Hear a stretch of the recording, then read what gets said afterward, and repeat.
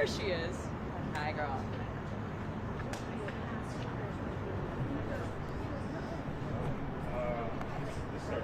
Okay.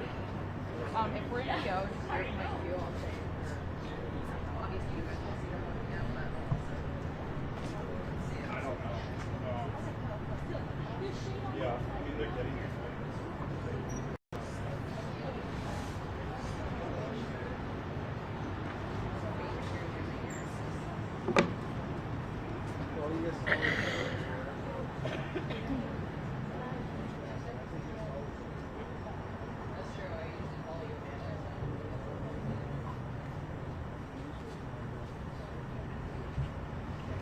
So we'll plan to start right at 4 o'clock. It's about 4 minutes till now.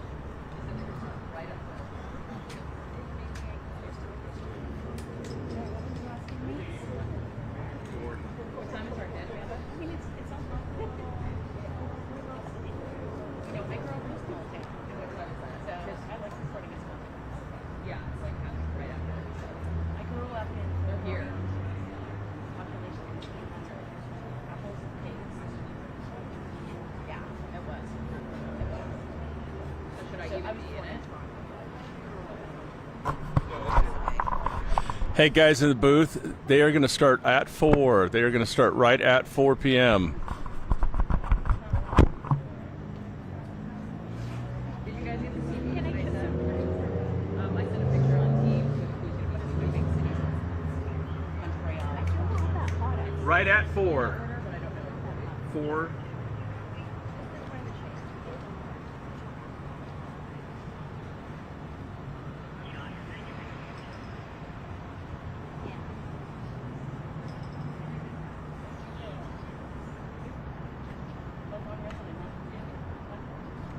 Okay. So should I still step in front of the camera?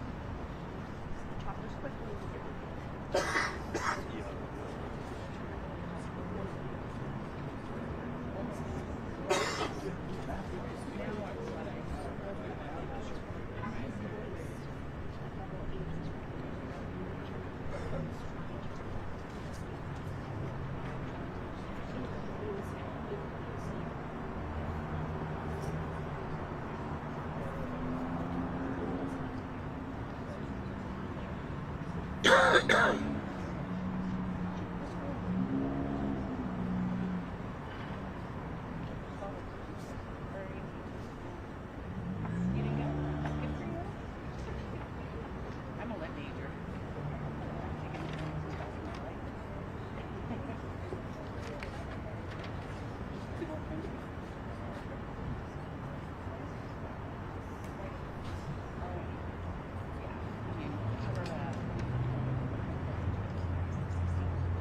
Can you go this way just a little tiny bit? Perfect, thanks. Perfect.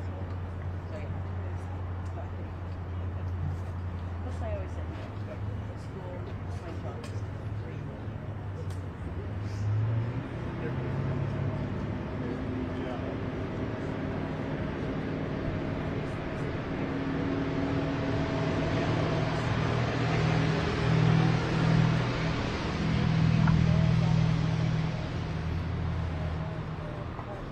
And we're going to find out where that manhunt for Travis Decker lies right now. We're about to hear from Chelan County Sheriff Morrison. We're going to hear from the U.S. Marshal Service, Wenatchee Police, and also Border Patrol coming up to this podium. They're coming up right now. About 45 seconds. 45?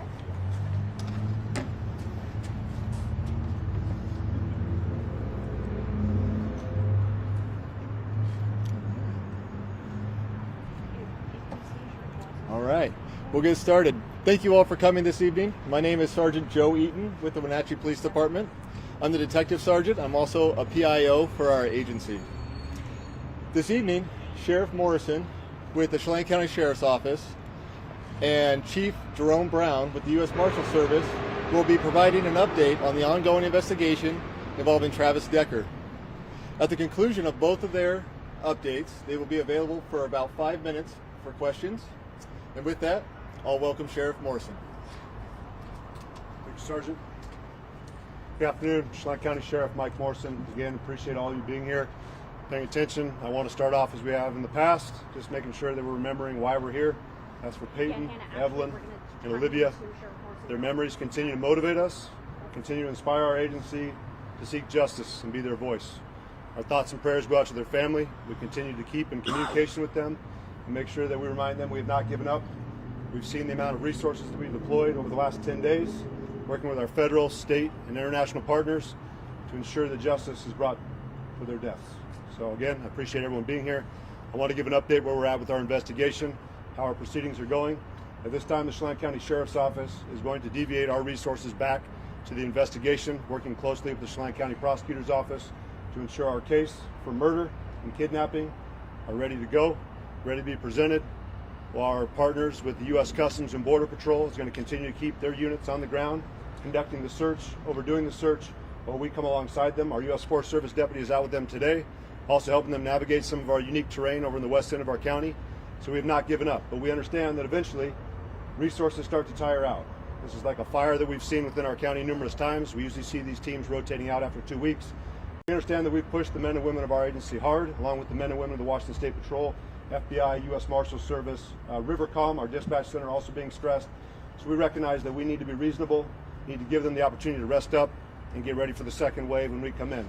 Clearly, we understand that our investigation has evolved and it has matured, and with that comes a change in situation, which is going to come a change in tactics. You will see a change in our tactics as we proceed forward. You will not see the amount of resources that we have had out there, but you are seeing a different element of our approach as we continue to track down Travis, following leads, and making it very clear that every single day Travis is out there, he's going to have to aim for perfection. He's not going to be able to make a mistake, because all we need is one mistake and one day to go in our favor, and he's going to be in our custody. So I hope he's watching. I hope he knows that we haven't given up. That you got to be perfect every single day, Travis. We only have to be perfect one day. So we appreciate the community coming alongside us. We cannot do it without the 80,000 plus citizens of Chelan County that have been a constant eye and vigilant force that we do not have at all times. We also appreciate our partners nationally that have come alongside us, assist us in following up leads. And not only nationally, but we've had partners as far away as Australia and Portugal that have done us the favor of being able to spread Travis's face and likeness throughout the globe to ensure that every single person knows near and far what Travis looks like. When you see him, say something to us. We want to find him. We want to bring him to justice. We want to set up the opportunity for him to stand in front of our courts and our judges and face justice and hear the voices of Peyton, Evelyn, and Olivia, whose lives were senselessly taken by evil. That's all it was. We remain committed here at the Chelan County Sheriff's Office with our regional partners, the Douglas County Sheriff's Office, East Wenatchee PD, Wenatchee PD, State Patrol, to continue to pursue justice and make sure their voices are heard. You're going to hear further from our U.S. Marshal partners to kind of elaborate further on how they're going to also assist us in the tracking process. We have not stopped our investigation, and again, we understand that the results from our crime lab processing from the Washington State Patrol, thank you Chief Batiste for your continued assistance on this, are starting to come back. We want to make sure those are properly processed, additional leads and interviews are conducted, and that again, our case is ready to go to court when Travis is brought to justice. So I appreciate your time. I will answer more questions, and I'm going to allow the U.S. Marshal Service to take some further questions from you, the media. But again, I appreciate all of you being here. This is the kind of group effort that's going to take to bring justice to this case. Please make sure you keep their names in your mind and that we bring justice back for those young ladies. Girls is what I've understood the family would like me to refer to them as. But they are deeply in our minds, and we appreciate it. Thank you. Thank you, Sheriff. Chief Brown with the U.S. Marshal Service, Eastern District, Washington. Appreciate everybody being here today. The community support from our law enforcement partners, which the Sheriff has already enumerated, and you as a community has been greatly helpful to us. With that support, we're able to involve ourselves and focus on the fugitive investigation. Part of that is to include deploying our rapidly advancing Manhunt program. That program brings more resources from all over to include funding to support your community, the Sheriff's Department, Border Patrol, and all the other resources so we can navigate the terrain and locate and apprehend the fugitive. We will not stop. We will keep going. He just has to make one mistake, like the Sheriff said. We will find him. He will be brought to justice so the community can heal. Thank you. With that, we'll take about 5 minutes for questions for either two. Has Decker left any physical evidence behind in the areas that you guys have received tips about, We have found indicating that it's him? We have found items that are of interest to us that perceive that it could be Mr. Decker. We've also continued to follow up with some of his friends and family, and we believe that we're closing in on his trail. Sheriff Morrison, what can you tell us about yesterday's possible sighting of Little Pass? Again, this just emphasizes the importance. If you see something, say something. We're appreciative of those group of hikers that were up there, had more acknowledged us as our flight patterns were up there. And then just the behavior that we saw from the lone hiker did not match. That was typical with everyone else we were seeing up there. So again, that sparked our interest. We did put a ground unit on there to continue tracking the prints that we had. We continue to track that down in Eagles Creek and up in the Valley High area. So again, we appreciate everyone, even on the back trails. You need to remain vigilant. And again, we encourage you not to approach the subject. He is still considered dangerous, but please, we need as much information and help from the public as we can get. As we've seen in the past with other manhunts, it is going to take a group effort in a community in order to bring this to conclusion. Today we saw a change from yesterday to today. Like you had was yesterday, and everyone was kind of on edge already. And what about this package? No, our tactics have still continued. We still have a ground team on there. We have dogs out there that we're tracking leads. We're going through sightings. We're also doing trackings of what we have found with footprints. So nothing has changed from yesterday. We've just started to head in a different direction. So until that time, our ground units are still on the ground. We still have resources within the Chelan County Sheriff's Office pursuing that, and we'll continue to hunt.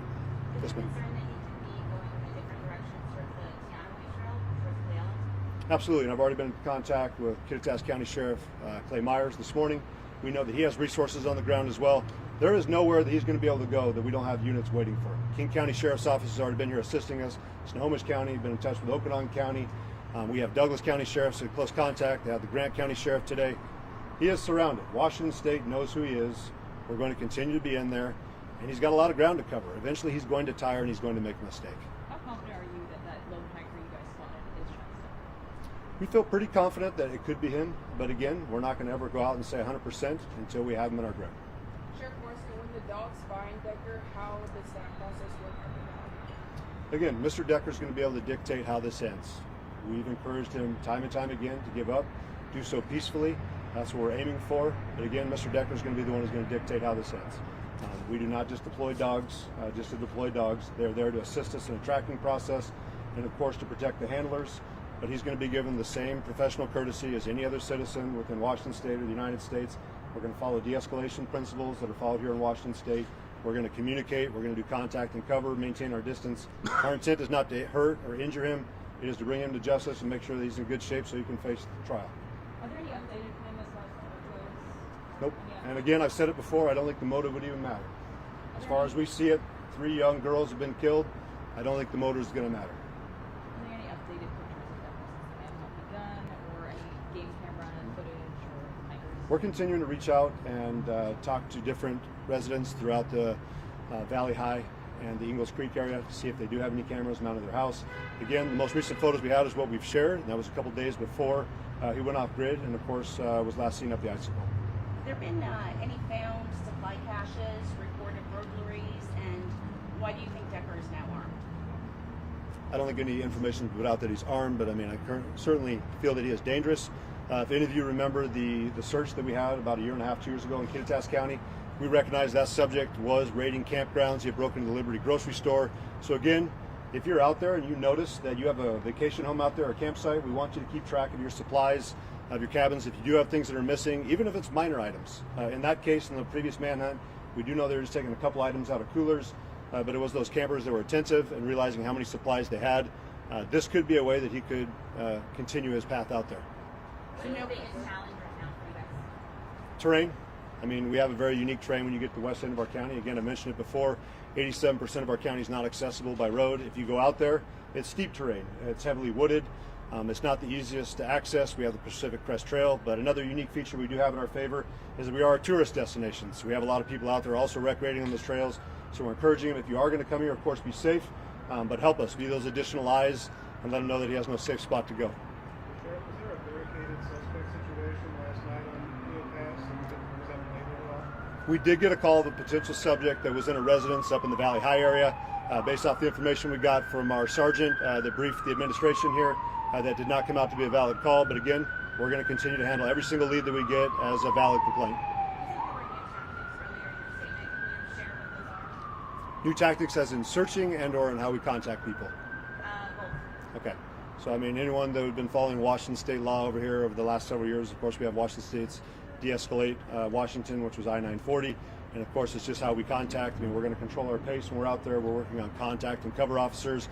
We've invested heavily thanks to our county commissioners and other federal partners with less lethal tools.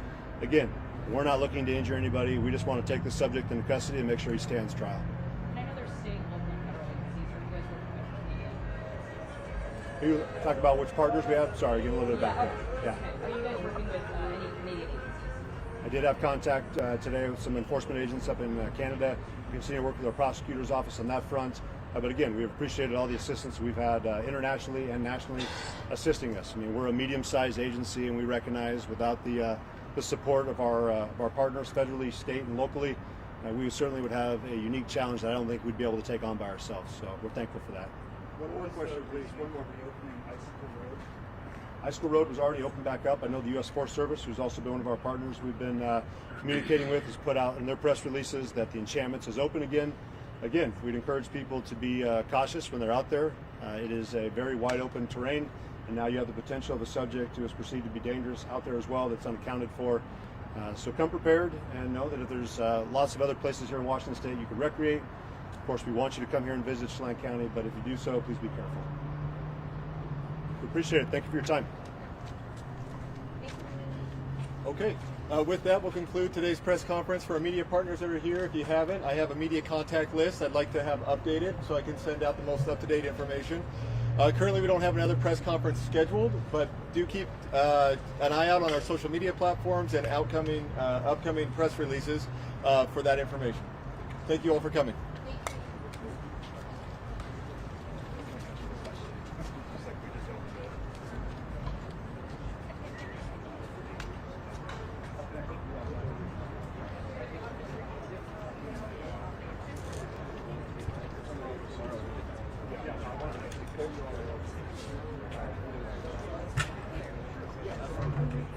Going Nick.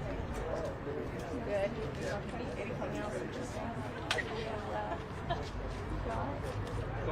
But I think some of the big